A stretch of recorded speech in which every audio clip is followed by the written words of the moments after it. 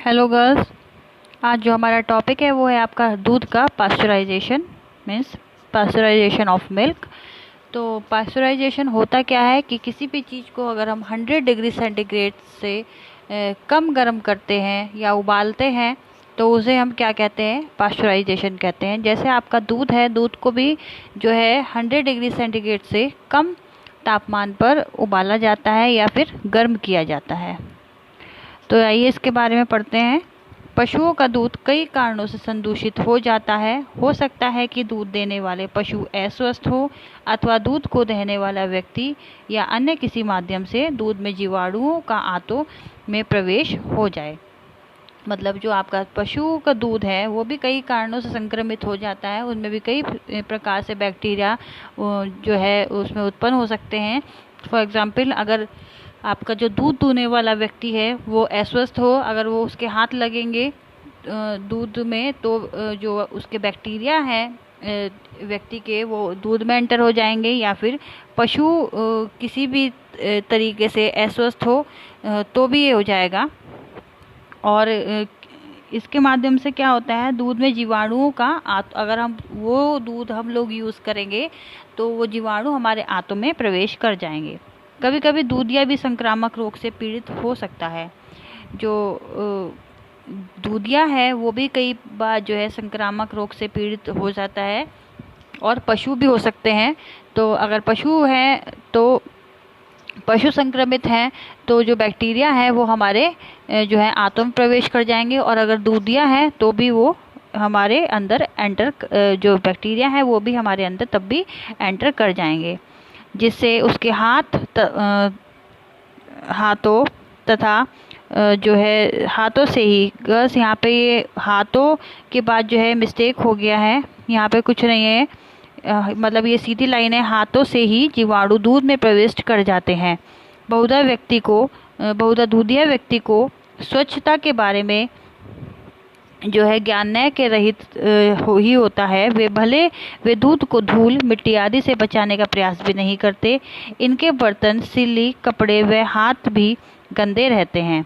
जो दूधिया हैं उन लोगों को ये सब बातों का ज्ञान नहीं होता है, तो वो क्या करते हैं, कभी कभी जो उनके गंदे हाथ होते हैं, फॉर एग्जाम्पल वो टॉयलेट के लिए जा रहे हैं तो वो हाथ नहीं धोते हैं, आके सीधे दूध दूने लग जाते हैं, या फिर झाड़ू लगाई उन्होंने, जो जानवर होते हैं उनके आसपास की सफाई करी और बिना हाथ धोए वो दूध निकालने लग गए। तो इससे क्या होता है, जो बैक्टीरिया होते हैं वो दूध में एंटर कर जाते हैं, और उनके बर्तन भी गंदे होते हैं, और जो सिल्ली है जहाँ पे वो दूध रखते हैं वहाँ का भी स्थान गंदा रहता है।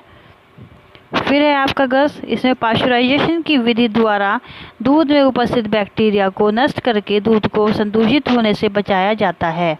पास्चराइजेशन की प्राय 2 प्रयुक्त विधियां हैं जो कि प्रयुक्त की जाती हैं। फर्स्ट है आपका इसमें होल्डर विधि, और सेकंड है आपका अधिक ताप व कम समय विधि।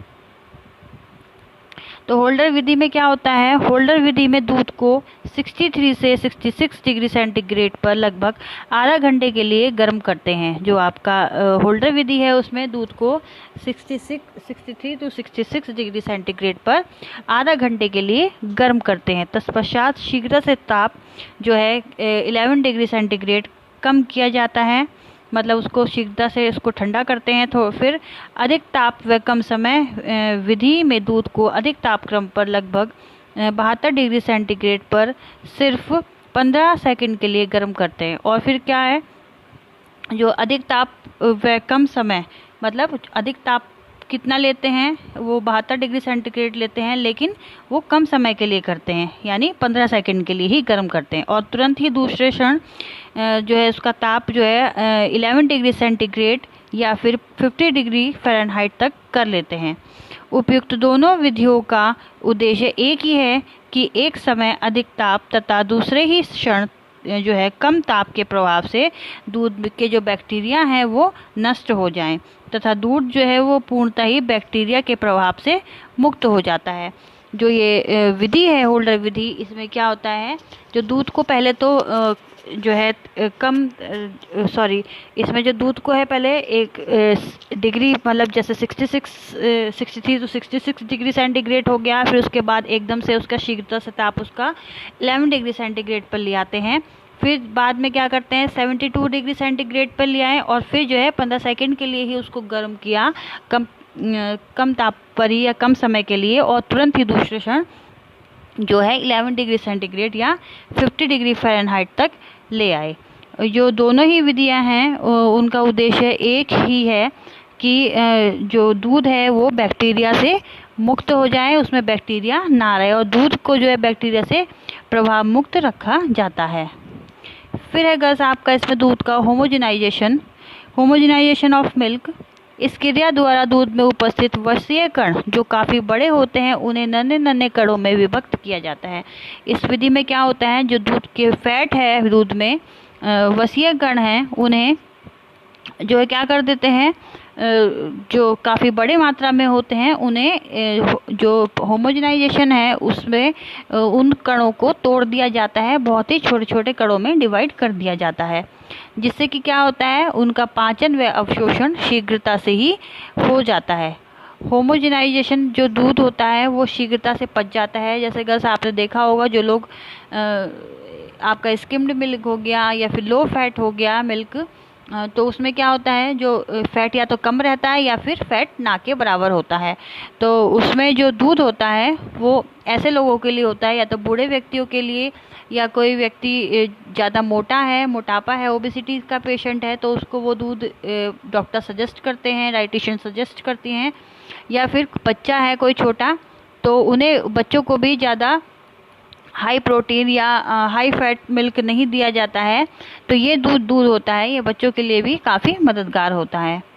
इस विधि के अंतर्गत बहुत महीन छलनी से दबाव देकर छाना जाता है। जो दूध होता है इस विधि में बहुत ही महीन छलनी होती है एक बारीक, उससे इस विधि को या फिर इस छलनी के अंतर्गत दबाव देकर छाना जाता है, जिससे जो वसा के कण होते हैं वो छोटे छोटे होकर विभक्त हो जाते हैं। ये वे कण जो है छोटे छोटे कण अब दूध में घुलित अवस्था में रहते हैं, जो कि हमें नहीं पता लगती है तथा सतह पर ऊपर नहीं तैरते हैं। जैसे अगर आपने देखा हो कभी कभी जो मिल्क होता है फुल क्रीम मिल्क, तो उसमें जो दूध होता है प्योर मिल्क जो होता है इसे हम कहते हैं बिना पानी का मिल्क, उसमें जो क्रीम होती है वो ऊपर ही आ जाती है और बहुत ही मोटी अवस्था में रहती है। लेकिन जो होमोजेनाइजेशन होता है मिल्क का, उस अवस्था में जो हमें पता नहीं लगता है, जब होमोजेनाइजेशन हो जाता है मिल्क का तो ना तो वो दिखते हैं और ना ही वो ऊपर लेयर के रूप में जमते हैं। फिर है आपका इसमें शुष्कीकरण या ड्राइंग। इस विधि में दूध के जलीय अंश को सुखा दिया जाता है और नीचे के सूखे जो भाग को खूब महीन पीसकर छान लिया जाता है। जरूरत पड़ने पर गर्म पानी मिलाकर फिर जो है इसे दूध बना लिया जाता है। इसको कस यहाँ पे दूध है जो है मिसप्रिंट हो गया है। इस विधि में विटामिन अधिक नष्ट होता है। शुष्कीकरण में कस आपने देखा होगा आजकल जो बच्चों के मिल्क आते हैं जो डिब्बे में रहते हैं कैन वाले, उसमें स्टील के डिब्बे में, जैसे नेस्ले का हो गया, आपका सेरेलैक हो गया, ये सब क्या है आपके ड्राइंग मेथड से बनाए हुए मिल्क रहते हैं बच्चों के लिए। तो इसमें जब हम मिल्क बनाते हैं जो तैयार करते हैं बच्चों के लिए, तो वो जो मिल्क होता है वो जब बनाते समय उसमें विटामिन अधिक मात्रा में नष्ट हो जाते हैं। तो जब विटामिन नष्ट हो जाते हैं तो वो फिर बेकार ही हो जाता है। तो लेकिन इसमें क्या किया जाता है, एडिट किए जाते हैं ऊपर से विटामिन और मिनरल्स, प्रोटीन, फैट, कार्बोहाइड्रेट, ये सब उसमें ऐड किए जाते हैं। तो वो फिर दूध जो है बच्चों को देने के लिए या फिर बड़ों को देने के लिए बिल्कुल पूर्ण आहार माना जाता है। सॉरी। ओके गाइस, अगर आपको कुछ भी इस वीडियो में नहीं समझ में आया, कुछ प्रॉब्लम है, नहीं आ रहा है समझ में, तो आप मेरे से जूम मीटिंग में डिस्कस करिए। जो बच्चे जूम मीटिंग नहीं ले रहे हैं उनसे रिक्वेस्ट है कि सब लोग जूम मीटिंग लो। और एग्ज़ाम आप लोगों के होंगे जहाँ तक उम्मीद है, और कोरोना जब तक नॉर्मल हो जाएगा, जब आपके एग्ज़ाम की डेट आएगी, तो बस पूरी तैयारी रखें अपनी। और अगर कुछ भी दिक्कत है तो आप जूम मीटिंग में डिस्कस करिएगा। जो बच्चे नहीं ले रहे हैं स्पेशली उनको मैं कह रही हूँ कि आप लोग जूम मीटिंग लिया करो, वीडियो देखकर हमें भी पता लगेगा कि अगर हम कहीं गलती कर रहे हैं या आप लोगों को नहीं समझ में आ रहा, तो हम अपने वीडियो लेक्चर और इम्प्रूव करेंगे। बस आप लोग देखने के बाद वीडियो को लाइक और शेयर कर दिया करिए और सब्सक्राइब भी कर दिया करिए। Okay girls, thank you, take care, bye.